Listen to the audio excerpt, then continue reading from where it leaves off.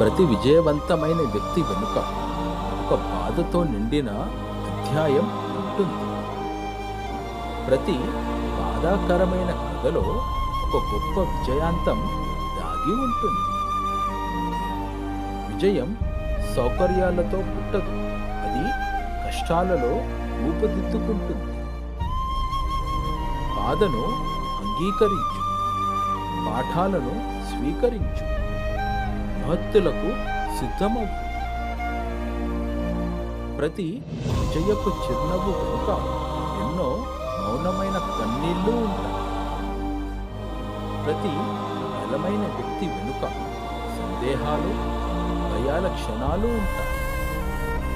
బాధ నీ శత్రువు కాదు, అది నీ శిక్షణ స్థలం. ధైర్యంగా ఎదుర్కొంటే ఒకరోజు విజయం నీ పేరును పిలుస్తుంది.